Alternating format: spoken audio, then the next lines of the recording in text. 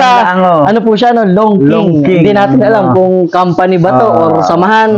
Pero yung pinaka-pangalan ng kanyang hybrid ay LK2097. Ano po? So, sir, saan po ito galing?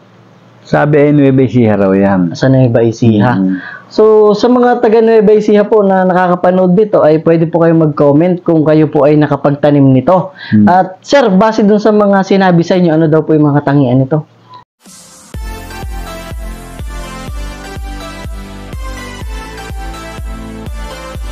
Okay, magandang araw po mga kasaka. Ako po muli ito, ang inyong agriculturist. Sumasaludo sa magsasakang Pilipino para sa Pilipino. So, ngayon po, itong video na ito ay ginawa ko dahil sa pag-iikot po namin dito po sa Calapan ay dito po sa Tigkanauhan to. Tigkanauhan ay nakilala po namin si Sir. Sir, ano pong pangalan niya? Maynard Kasapaw. Si Sir Maynard Kasapaw. At meron nga po siya ditong isang hybrid na, ito po, nakikita niyo, no? Ang pangalan niya po ay LK2017. Pero yung, ano po ba sir ito? Company, yung Longking? Ay, awan ko, hindi ko pangalan na ano po siya, no? Longking. Hindi natin alam kung company ba to or samahan. Pero yung pinaka-pangalan ng kanyang hybrid ay LK2097. Ano po? So, sir, saan po ito galing? Sabi ay Nueva Ecija raw yan. Sa Nueva Ecija.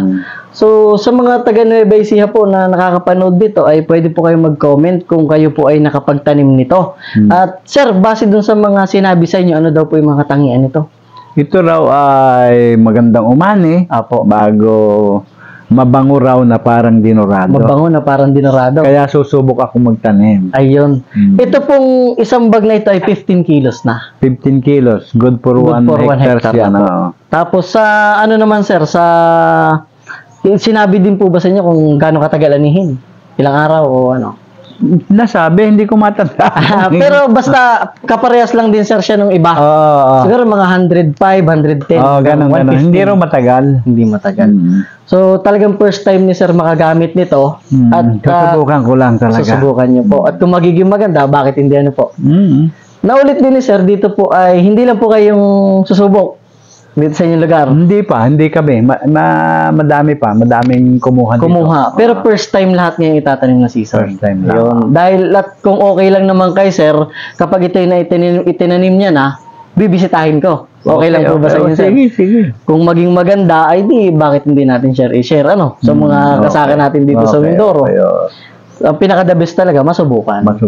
Yun. So, ito po yung ano, no? Longking. May sulat na Chinese siya, oh. Para siyang imported.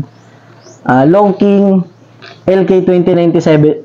Para po siyang ano, no, may kapareha siya na hybrid na 2097. Wala ata. Yung ano sir, sa Longping, kung naririnig niyo. Longping, hindi ko pa yung Longping ko anong number. 2097 sir. Yun din. Pero opo. Kaya lang siya, Longping naman. Longping, ito na may Longking.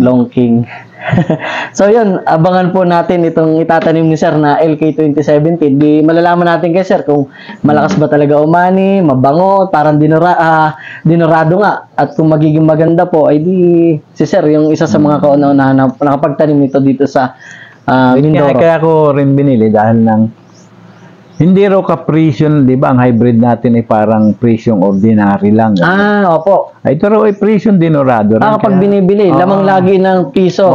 Gano'n. Kaya sinubukan ko. Ay pinautang sa akin. Okay lang ako. Opo. Magkano naman sir itong presyo nitong isang 15 kilos? 5,000. 5,000. Ba?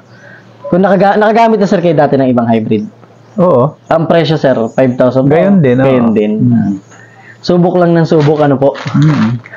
Madami na akong hybrid na naitanim. Di isa po ito sa mga bago ninyong susubukan at isi-share, ano po. So, ayun po, abangan po natin itong LK2097, ano po, na itatanim, sir. Sir, baka meron kayong gusto batiin? Wala naman. Shoutout na lang po kay sir, ano po. Okay. So, ayun, maraming salamat po sa panonood. Hanggang sa muli po. Okay. Good luck. Okay.